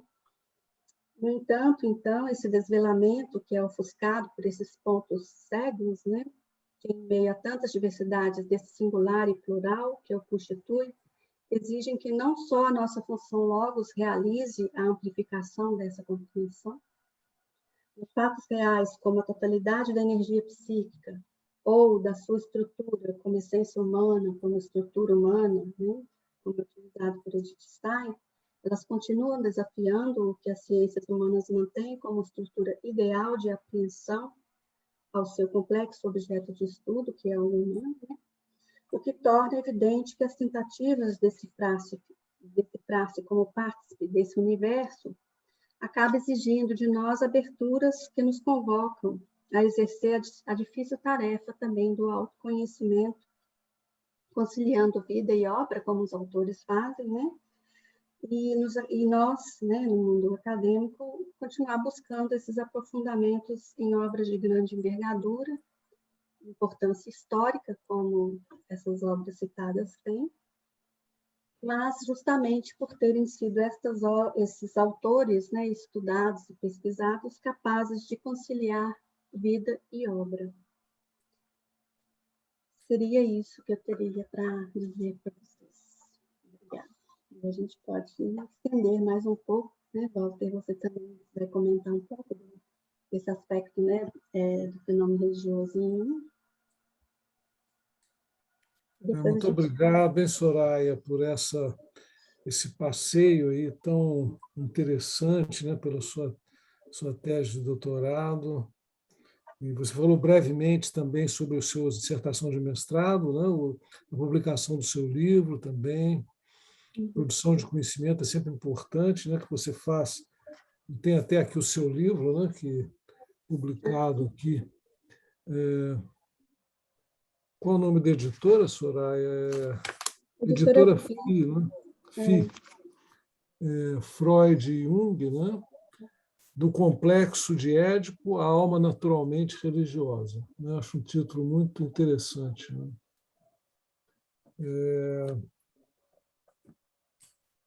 Muito bem. Seria agora o momento da gente fazer umas perguntas com a Soraya, debater um pouco, né? E acho que vai ser muito rico a gente, para aquecer vocês e para pegar um pouco essa questão. Tem dois temas da tese da Soraya que eu acho muito importantes. Primeiro é o tema dessa aproximação que Edith Stein faz da fenomenologia de Edmund Husserl, né? Que ela vai fisicamente lá no estudo do Husserl, né? Ela tem uma convivência muito grande com a escola fenomenológica, influencia muito o pensamento dela, que é um pensamento muito sólido, né? O pensamento teológico de Stein é muito denso, né? Muito rico, né? E muito influenciado por Husserl, né? Agora, o Jung ele já tem uma coisa mais fenomênica, né? Você falou em fenomenologia, mas não, na tese você distingue bem a fenomenologia do Jung e da fenomenologia da Edith Stein, são coisas diferentes. Essa escola fenomênica do Jung de ficar fiel aos fenômenos. Ele, a partir dos livros negros, né, ele desenvolve a questão da realidade da alma, né, que um fenômeno é real na medida mesmo em que existe, um fenômeno psicológico. Né. Então, eu queria que você comentasse um pouco essa aproximação aí da Edith Stein e do Jung. E outra questão que eu acho fascinante também é essa noção da Edith Stein, que eu achei riquíssima, né? Da alma, né? E que é uma noção que ela traz a partir da experiência dela, né? Da vivência dela. E como é que essa noção de alma da Edith Stein se aproxima da noção de si mesmo, do Jung, ou são questões idênticas, em que são diferentes, em que são próximas, né? Que é um conceito tão central em psicologia junguiana. Né? Então, a minha dissertação foi um estudo comparativo, mostrando os pontos diferentes, né, as formas diferentes de relacionar com o fenômeno religioso, né, em Freud e Jung. Já na minha pesquisa de doutorado, o que eu busquei não foi fazer um paralelo, né, entre a fenomenologia que Edith Stein vai realizar nas suas obras, né, com a fenomenologia empírica de Jung, que partem ambas de universos bem diferentes, com leituras epistemológicas diferentes, mas que se confluem em pontos aproximativos, principalmente quando a gente trabalha os conceitos centrais dos autores. Para a gente chegar nesse conceito do núcleo pessoal, alma da alma, de Edith Stein, a gente também parte, né, desde o início da sua trajetória acadêmica, do qual ela inicia uma graduação e acaba não concluindo ela, porque ela vê essa psicologia sem alma, e acaba caminhando para a filosofia, né, russeliano, porque lá ela encontrou essa busca pela verdade que ela tanto buscava. Então, esse conceito do núcleo pessoal, identitário, né, caminha também pelo processo de individuação, em Edith Stein, assim como em Jung. Então, eu fui encontrando essas similaridades, né, de autores que fazem uma leitura do mundo interior em caminhos diferentes, né? Ela na fenomenologia de Russell, ele vai criar seu próprio método, né? Que em alguns momentos ele chama de fenomenologia empírica, que é algo real, né? E Jung tem uma luta, vamos dizer assim, árdua para nos confirmar isso, né? Que a gente está lidando com algo real. Não é como muitas vezes é colocado no mundo acadêmico, que a razão não consegue apreender isso que nos transcende, né? Que é a questão do fenômeno religioso em nós. Mas o Jung vai trazer que esse si mesmo, essa totalidade, né? Que permeia aí com esses enfrentamentos que o humano tem que passar, que seria os aspectos da sombra, da persona, né? Da ânima, do ânimo, há todo um caminho de integração para que se possa chegar nesse estado de inteireza, né? E em Edith Stein também há um caminho formativo, né? Do qual o ser humano vai, com a sua liberdade, com a sua vontade, né? Aderindo. A Edith Stein, ela é judia, nasce, né? Numa origem do judaísmo. Na adolescência, ela passa pelo ateísmo. Depois, nesse grupo de estudo russeliano, é que ela vai voltar a questão do interesse pelo fenômeno religioso, não mais como um interesse ainda acadêmico, né? Mas acaba que ela, bebendo dessa fonte, se interessa, desperta, né? Pela questão da religião, e fica entre o protestantismo, entre o catolicismo, mas acaba escolhendo, né, o caminho do catolicismo. Escreve muitas coisas sobre isto e tem, né, uma grande abertura. Depois ela acaba sendo muito influenciada pelos livros de Teresa d'Ávila, né, principalmente o livro Vida. Já estava nesse processo, né, de conversão, e ali se concretiza para ela um novo caminho. E ela elege, né, ser uma monja tardiamente, né, vai para um mosteiro, do qual ela vai beber dessa fundação de Teresa d'Ávila, que é o Carmelo Descalço. E ali ela vai viver, ela abandona, então, os escritos filosóficos para viver dali, né? Eu acho que o contexto dela trazer esses conceitos mais centrais é essa conciliação entre os escritos que ela nos apresentava, né? Ela faz um cotejo entre Russell e Tomás de Aquino, né? Ela bebe de escritos dessa fonte dos escritos espirituais de vários santos e acaba bebendo muito dessa fonte dos seus mestres místicos, que é Teresa e São João da Cruz, que ambos também vão falar desse centro mais profundo, né? Uma linguagem, Teresa com uma linguagem simbólica e João da Cruz com uma linguagem poética, mas há algo que vai caminhando para isso, né? Para essa concretude do ser. E isso se aproxima muito da construção de Jung, quando a gente percebe que é algo formativo. A gente se forma durante a vida com nossas escolhas, e eles trazem a importância do autoconhecimento. São dois autores que, na sua autobiografia, nos fala dessas vivências interiores que tiveram, das suas crises existenciais, e de como eles transpuseram isso, né? Amplificaram essas crises. Então, eu acho que esses pontos são muito confluentes, né? É mostrar que a natureza humana é frágil e que a natureza humana é aberta aos aspectos formativos, né? E que esses aspectos formativos acabam nos falando muito mais da estrutura da natureza humana, né? Como os dois autores vão abordando. E trazendo aí nesse itinerário, né, de cada um, onde vida e obra é conciliada, a essência daquilo que eles nos deixam como os escritos mais maduros, né? tanto o Jung quanto a Edith Stein. Então, os dois nos abrem possibilidades, né, de aprofundamento sobre essa grande pergunta que nos inquieta, né, quem trabalha nessa área, o que é o humano. E ambos os autores também, o bonito, né, o belo que eu acho, né, de ter estudado e continuar estudando esses autores, é porque eles nos deixam abertos, né? Não é não traz para a gente algo do humano fechado, né? Eles nos traz possibilidades de leituras que nos alertam o tempo inteiro de que existem outras possibilidades de leitura, né? E de que isso é realmente algo infinito, né? Então, essa abertura, né, trabalho, essa abertura da nossa finitude, né, com relação àquilo que é o transcendente, ou seja, nós somos criaturas criadas, né? E nesse sentido, a gente vai fazendo essas leituras dos conceitos centrais dos autores. Obrigado, Soraya. Muito bom essa colocação sua, né? Essa abertura, essa abordagem aberta, né? Que ambos os autores dão. Né? Sim.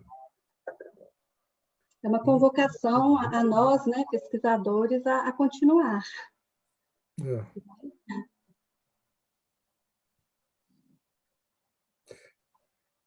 Alguém quer trazer mais alguma coisa, né? Alguma dúvida? Sim, eu quero. Aí, Ana Luísa, por favor. É um tema, né, Soraya, muito instigante, né? Difícil de ser pesquisado também, né, academicamente, assim, então achei muito interessante, assim, te ouvir e poder pensar também. Fiquei com algumas dúvidas, assim, mas me provocou também uma questão que eu venho pensando, né? E eu queria saber o que tu achas, ou se tu tocaste nisso ao longo dos teus estudos, que é a relação entre a espiritualidade e a sombra. Porque quando a gente adentra, né, nessa mais profundo, também a gente encontra muita sombra, né? E me parece que é um espaço aí que está bem perto do espiritual e que a gente pouco fala, sabe? Esse ano eu tenho pensado e procurado até escrever sobre isso. Eu queria saber o que tu acha, se tu já pensaste sobre isso, né, a partir dos teus estudos. Sim, Ana Luísa. Em alguns itens, né, da minha tese, eu acabo trazendo esse aspecto, né? A gente pensa sempre a espiritualidade como algo, às vezes, de um alcance estático, né? A pessoa vai, chega lá e, né, pronto. E os dois autores vão mostrar que não é isso, né? Eles vão mostrar que a sombra é o enfrentamento com a dinâmica, com o movimento da vida, né? A vida é esse movimento que nos traz sombras e luzes para a gente realmente enfrentar, né? Eu acho que a Edith Stein traz essa questão, né, de uma formação que precisa ser muito consciente de si mesmo, e Jung também, né, traz essa questão de que o autoconhecimento nos possibilita estar mais inteiro, mas estar mais inteiro não é uma questão, é esse enfrentamento com as pessoas, com a sombra, com o movimento da vida, né? Então, tanto o aspecto da coletividade, né, de um mundo onde a gente vive no social, vive no coletivo, utiliza-se de determinadas pessoas, né? E também tem que enfrentar aí aspectos de uma sombra que não é só uma projeção social, né? Que não é só uma questão do externo, é uma questão da natureza humana. E isso a gente encontra nos dois autores, né? Nos alertar que isso está dentro de nós, né? O mal, o estudo do mal, do bem, que é outra questão tão difícil, né? De nós colocarmos no mundo, discutirmos no mundo científico, né? Nós não temos, para muitas coisas, nós não temos aí respostas prontas, eu acredito que a gente não vai ter, né? Nós temos concepções de humano, por isso a psicologia se serve de tantas concepções que podem se somar, né? E esse aspecto, né, do Jung, quando ele nos alerta sobre a sombra, né? Não é uma coisa que termina. Eu acho que é uma questão de enfrentamento de vida, né? E em alguns momentos eu tentei mostrar isso também na tese, né, como algo formativo. Não sei se respondi um pouquinho a sua pergunta.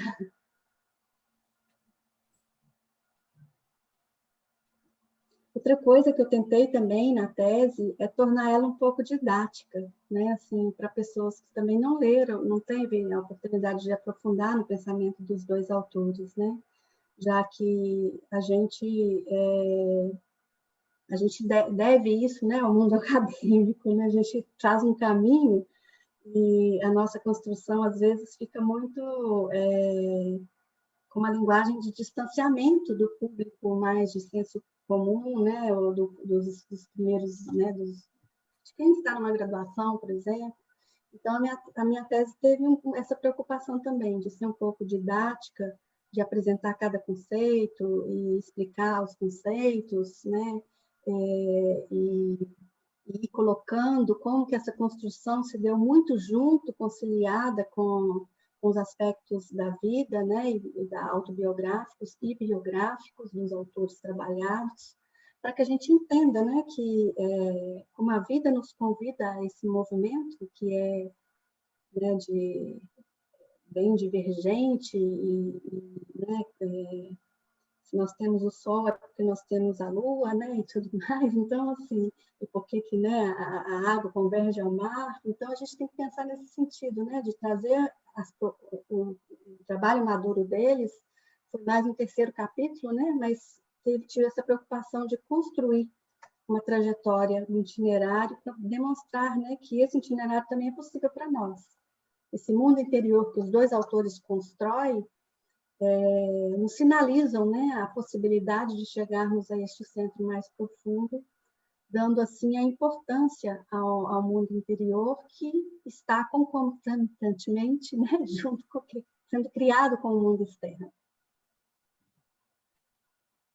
Soraya, aqui é o Newton do Rio.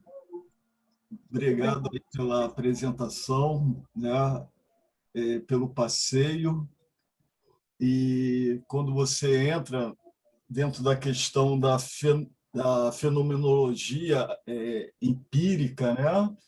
Enfim, e vem ao encontro do diálogo com Russell, essa suspensão dos valores, né? A epoquê, é algo inquietante. E eu pego carona nessa tua fala aí finalzinha do distanciamento da graduação para pós-graduação e voltando lá à questão do professor Carlos Frederico, né? Que ele também fala desse distanciamento que você acabou de tocar, né? Eu estava aqui pronto para depois perguntar um pouco o efeito desse espelho ao propor esse distanciamento epistemológico. Então, quando há o distanciamento, há um reflexo. Então, nesse ato de se afastar em busca de uma melhor compreensão, hoje sabemos que a neutralidade foi algo colocado pela física clássica, né? E que veio a partir da física clássica com muita força. Mas a minha pergunta em si, né, não vai para esse distanciamento, não. Muito pelo contrário, é mais uma pergunta e, se não tiver resposta, fica um pedido. Né? Fica um pedido. Eu vi que a irmã Alcilene estava aqui, né? Em hábito, né? Foi muito legal, né?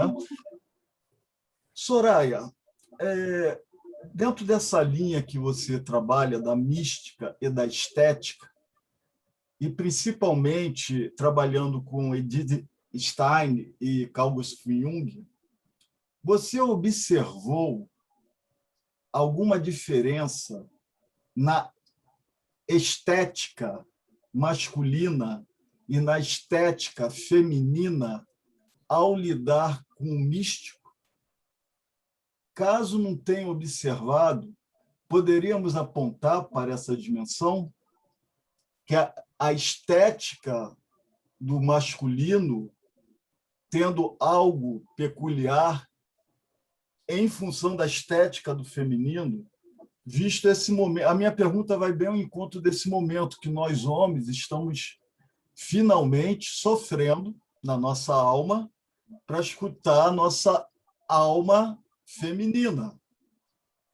Então, quando a Edith Stein e o Walter, aqui, né, gostou muito da alma, isso me lembrou o momento que Jung questiona: minha alma, para onde você foi? Cadê você? Por que se afastou de mim? E aí, mergulhando, Soraya, sem pedir licença, as confissões de Santo Agostinho. A inquietação dele frente a essa dimensão mística. E, de certo ponto, o Eros, em Santo Agostinho, se manifestando na própria pele do santo. Então, se você teria assim, alguma passagem da sua tese que tenha te... Sem nos torturar muito enquanto homens, tá? Por favor. Aqui tem os homens aqui presentes, tá? Você percebeu essa estética sendo um pouco diferente? O homem, ao falar de estética, é diferente quando a mulher fala de estética? Em tese, é isso. Obrigada pela pergunta. A gente encontra em ambos os autores um trabalho, né, entre o feminino e o masculino. Você já é o seu universo, não é? Então, a gente percebe que a questão da ânima e do ânimos como integração, né, na própria personalidade singular, né, a importância que ele traz a isso, nos é dada justamente por pontos que podem ser complementares, né? Aquilo que nós, do feminino, né, às vezes com a função mais sentimento, e o masculino com a função mais pensamento, né, pode se integrar. A Edith Stein, ela também tem os estudos do feminino e do masculino, ela aprofunda isso, ela é uma pessoa que, desde o início da primeira graduação dela, ela entra em questões feministas, luta pelo voto da mulher, direito ao voto, né? Quer dizer, ela se envolve com isso, mas ela, ao estudar a estrutura da pessoa humana, ela vai perceber, né, que o homem e a mulher, eles caminham lado a lado. Ela coloca isso, né? Homem e mulher eles devem caminhar lado a lado e não separados, porque o feminino e o masculino também se integram. Então, os dois trazem essa questão de um exercício, né, onde nós, na nossa singularidade, no nosso processo de individuação, devemos nos abrir para esse feminino e masculino em nós, dentro de nós. A questão de uma interioridade que é possível a partir do autoconhecimento. E esse autoconhecimento nos leva aí a essa vida, né, de integração com os opostos. Essa busca por essa integração. E isso também é algo bem similar nos dois autores, de forma também diferente, mas em pontos que culminam nesse alerta, né, que nós devemos despertar a nossa alma para essa unicidade entre o feminino e o masculino em nós.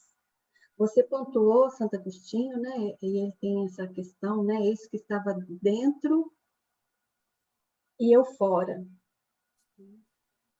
Eu acho que muitas vezes nós temos essa grande dificuldade, né, desse reconhecimento de que a gente precisa fazer esse mergulho interno, né? E os dois autores vão trazer isso.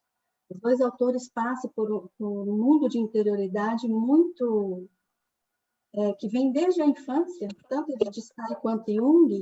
Eles nos trazem na sua autobiografia insights, né, sobre a sua própria personalidade. De Stein, aos 6 anos, tem esse insight e muda o seu comportamento a partir do insight que ela tem, né, de se ver de uma personalidade mais dura, mais áspera, né, e aos 6 anos ela tem esse insight, procura mudar. Depois ela tem um insight quando ela está na universidade, de que ela é muito muito exigente com as pessoas, muito exigente, né? E ela vai construindo um caminho do qual ela vai se vendo mais com maior liberdade do próprio eu, né? Para constituir essa questão aí de um autoconhecimento que engloba tudo isso. Né? Você citou uma Alcilene, né? Que estava de hábito. Ela é minha aluna do curso que eu estou dando de psicologia steiniana. Estou dando um curso, né? Na faculdade ISTA sobre os elementos espirituais e místicos em Edith Stein. Então, ela participa desse curso lá, onde a gente está fazendo esse itinerário mais steiniano, né, de como Edith Stein faz esse caminho de individuação rumo ao seu próprio processo da cruz, né, que é uma identificação que a gente tem nos escritos steinianos. Então, eu não sei se eu consigo responder a sua pergunta, né, mas eu vejo que é isso, né? Nós estamos aproveitando, né? Plagiando a fala de Santo Agostinho, né? É um convite para que a gente reconheça que a gente, dentro de nós, há esse núcleo pessoal, como Edith Stein fala, né? E há essa totalidade psíquica que não é um espaço fora de nós, né? E nem é um espaço que, por mais que a ciência tenha dificuldade de falar dele, não encontra linguagem, às vezes, acessível a esse lugar, ela existe, né? Porque ela existe e ela está aí, a gente que se aventurou nesses estudos, né? Tem esses aportes de autores para, mesmo que às vezes não muito aceito, porque lida com questões metafísicas, com questões que vai um pouco mesmo além do que a razão, né, diz que é a ciência, mas está aí, a gente tem que adentrar nesse espaço, né? E esses dois autores fazem isso com maestria. Entendi e agradeço. E só gostaria de uma pitada de sal, só uma pitadinha, tá?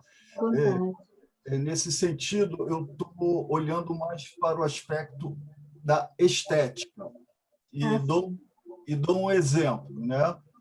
Nós homens temos muita dificuldade, ou parece ser coisa de um passado, felizmente, do homem fazer balé. Ao mesmo tempo, fazer o balé ficou difícil para o homem assumir o balé. Por um outro lado, enquanto estética, nos últimos anos, vários homens estão parando em frente à televisão para ver o futebol feminino. A estética, o modo de tocar a bola, a própria Marta sendo 6 vezes a melhor do mundo, e é produto nosso.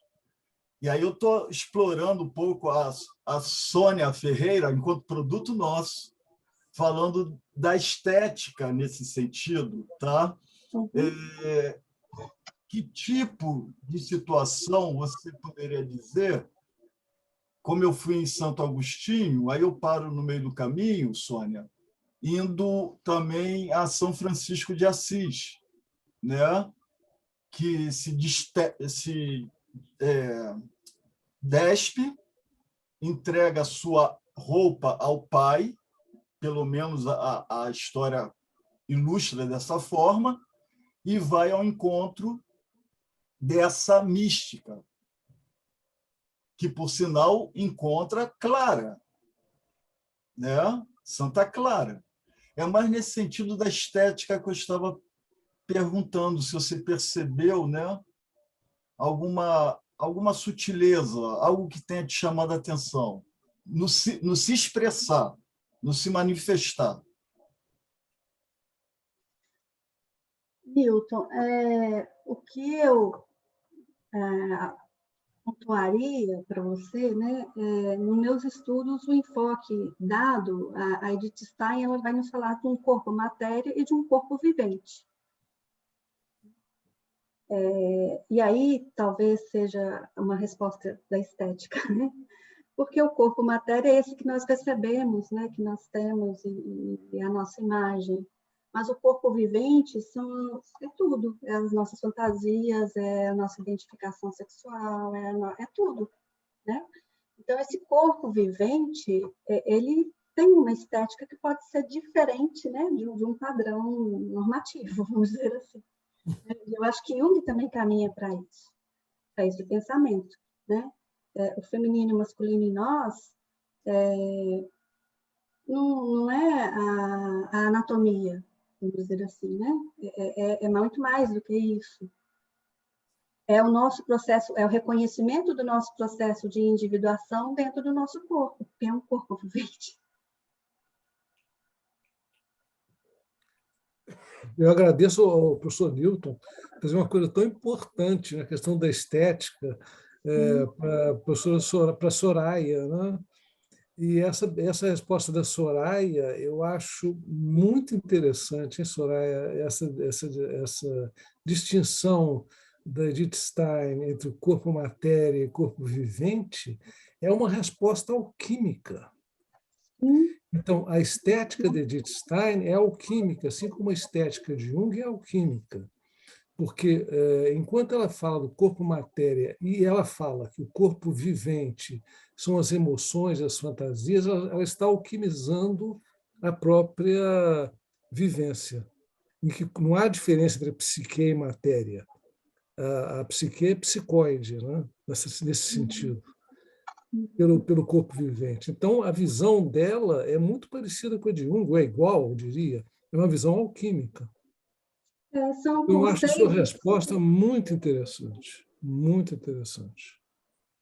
são conceitos assim que eles buscam em fontes muito diferenciadas, né? Mas que convergem nesse sentido, né? De pensarmos aí, né? Que as fantasias são mais relacionadas com o Jung, né? E ela mais com essa questão do corpo matéria e corpo vivente, mas que a gente pode trazer como aspectos que fazem certa analogia com essa parte estética. Eles estiveram também esteticamente dentro de um espírito do tempo, num zeitgeist, eles foram contemporâneos, inclusive, não? Quase contemporâneos. É interessante que eu não consegui achar assim, alguns pontos, né, que possam nos confirmar que ela leu Jung.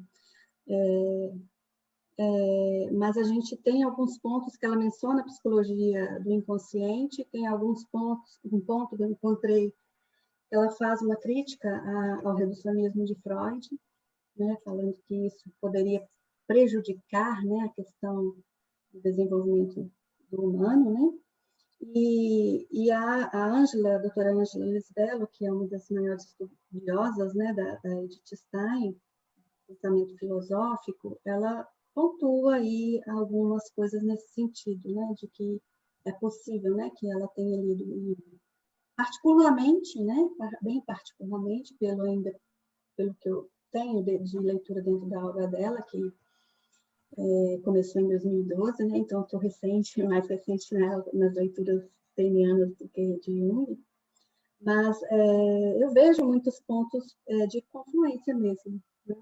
E não acredito que Edith Stein, como uma intelectual muito ativa, muito preocupada com a questão da psicologia, que não a abandonou, né? Mesmo ela indo para a fenomenologia, ela não abandona, ela tem interesse mesmo pelos estudos da psicologia. Eu acredito que ela tenha, sim, lido, né? Mas é uma questão a ser investigada ainda, dentro das duas vastas da obra, né, de Edith Stein, que não é muito pequena também, não, é uma obra muito densa e grande, né? Eu tive a felicidade de estar lá na Universidade de Mística, em Ávila, na Espanha, né?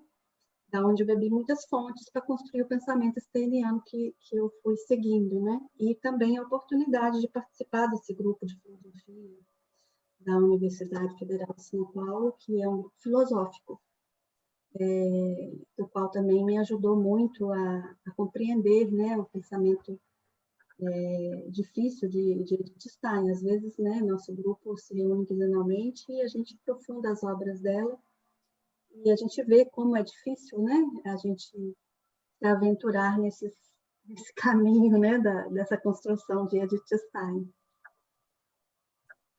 Assim como é a de Jung.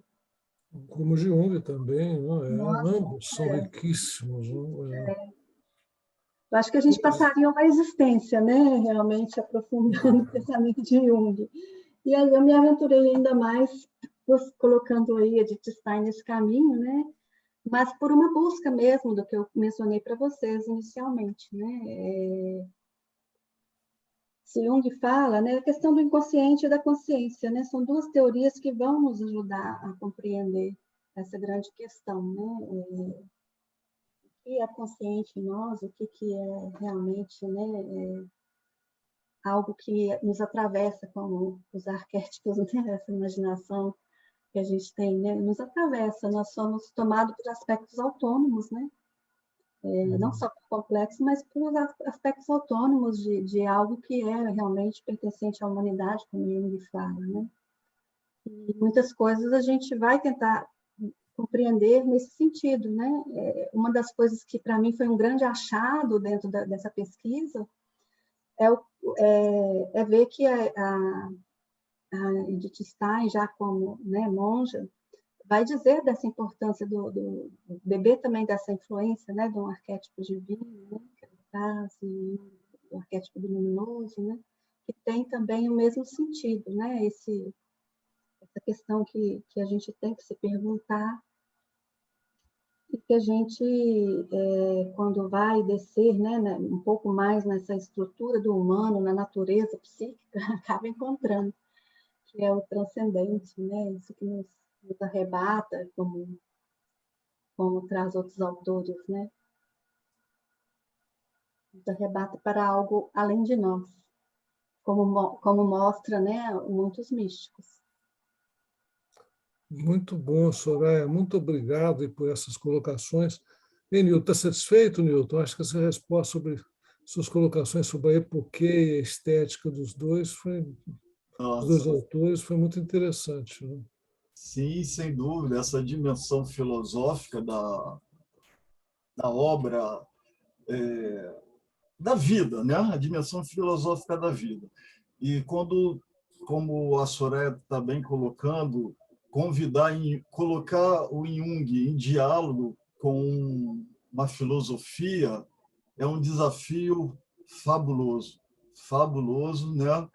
E nesse aspecto, Soraya, você me levou para a sala de aula no meu mestrado em filosofia, tá? Eu tive o privilégio de ser aluno do Leonardo Boff. Então, o Leonardo Boff falando ao vivo, né? Ali sobre espiritualidade, justamente por ele ser convidado a ficar calado quando quis apresentar a face, o rosto materno de Deus. Então, convidaram ele, fala depois, daqui a 2 anos você volta. E quando ele volta, ele continua querendo falar. Então, convidaram ele a se afastar, ele se afastou, né? Então, nesse sentido, quando eu estava aqui te ouvindo, né, você me levou para esses encontros com a Thelma Donzelli, a minha orientadora de filosofia, que aí o professor Carlos Frederico, me lembrando que quando eu estava fazendo o mestrado em filosofia com a professora Thelma Donzelli, minha graduação é em psicologia. A professora Thelma, Newton, isso aqui é um mestrado em filosofia, não é mestrado em psicologia, Newton. E aí foi muito rico, e o professor Carlos falando, eu estava compreendendo 100% a fala dele. Aí depois, quando eu vou fazer o doutorado em psicologia, o Ed Maluf, meu orientador, Newton, isso aqui é um doutorado em psicologia, não é doutorado em filosofia. E aqui eu te agradeço, Soraya, porque você me levou para esse encontro, entendeu? Eu estou satisfeito sim, Walter. Muito satisfeito. Muito bom. E essa sua indicação aí para a sua mesa, sabe? Inclusive, até trocando com os amigos da PUC, na semana que vem vai ter uma qualificação aqui no mestrado da Rural, né? E que eu estou tendo aí a oportunidade de ter a colega Denise Ramos, da PUC de São Paulo, fazendo parte da qualificação aqui na Rural, né?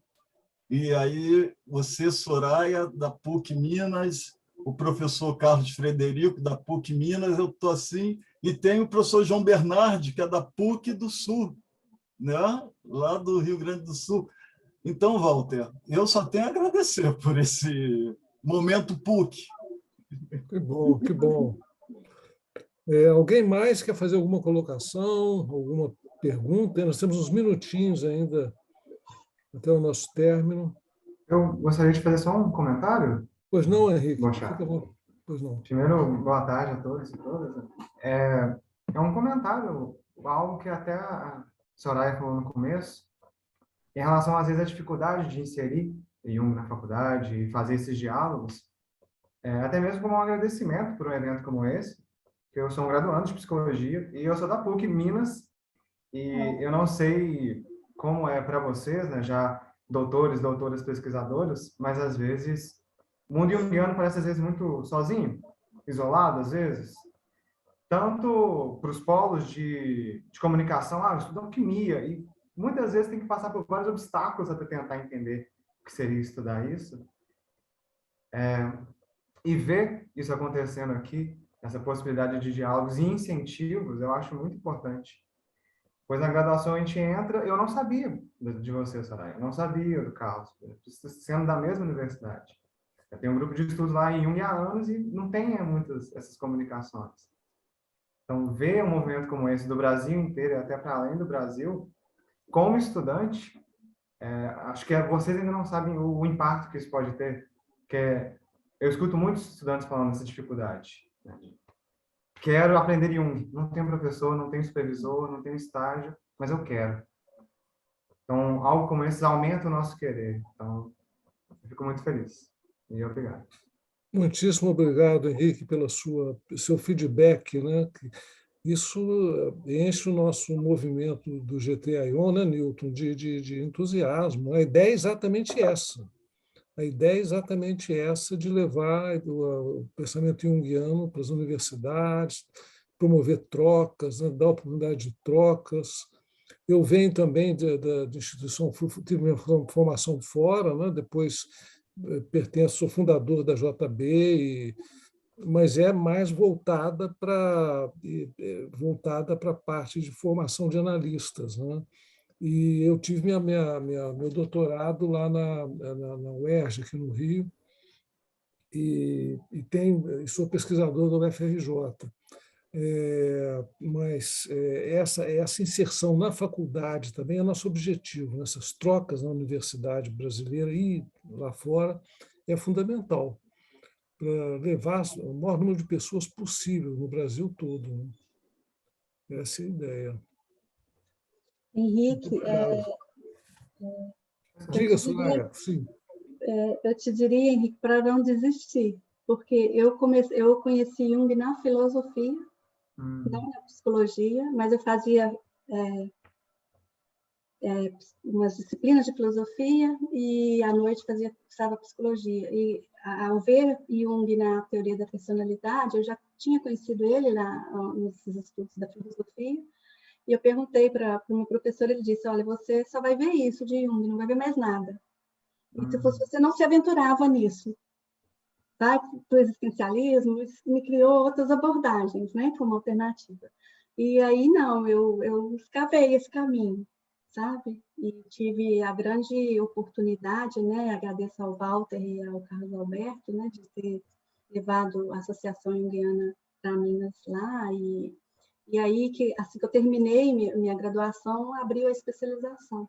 E aí eu fui para esse caminho, estive na JB por um grande período, e bebi muito, né, dessa grande fonte, mas assim, não na graduação. Então, acho que você talvez não vai encontrar isso mesmo, né, mas não desista. É um caminho que a gente escava, que a gente busca, e hoje vocês têm muito mais chance, né, de inserção nesse caminho, através dos institutos junguianos, através, né, das pós-graduações, como estamos aqui. Então, vale muito a pena, né, a gente aprofundar, se esse for o desejo da sua alma. Com certeza. Não tem Jung, se não tem os professores, tem pelo menos com os alunos. Eu, antes, pensei no doutorado, no mestrado em psicologia, meus projetos, né, foram barrados justamente por ter Jung, E aí eu encontrei o caminho na ciência da religião. Que coisa. Encontrei essa abertura nas ciências da religião, né? Para falar de Jung, primeiro eu trouxe o Freud, porque aí entraria, né? E depois... Um pouquinho mais conhecido, aí depois, na E verdade, aí a tem gente Jung vai, junto. assim, escavando esse lugar para poder falar do nosso mestre Jung. Ainda bem que isso está sendo mudado, né? O Newton falou na Denise Ramos, a nossa amiga, né, da PUC de São Paulo. Lá tem realmente um mestrado, doutorado, uma linha de pesquisa junguiana, né? Realmente. O meu doutorado foi assim também. Eu entrei pelo Instituto de Medicina Social aqui da UERJ, que é mais psicanálise, né? Mas eu entrei na linha de pesquisa de crise de paradigma do professor Plastino, e então eu fiz uma leitura de Jung, mas dialogando com outros pensadores e o espírito do tempo, e como ele se inseria na cultura. É a única maneira de uma introdução. E o caso Alberto Plastino tem um especial interesse em psicologia complexa, né? Ele tem muito interesse em Hillman e Jung. Então, foi interessante, foi possível isso. Mas é isso, a gente sofre de uma... Mas está mudando, graças aos pioneiros aí, o professor Newton, né, o Clerton lá em Fortaleza, a gente está começando aí um trabalho de inserção na universidade. Mais alguma perguntinha? Estamos aqui no final. Alguma observação, alguma pergunta? Eu agradeço muito vocês aí pela presença, pela participação.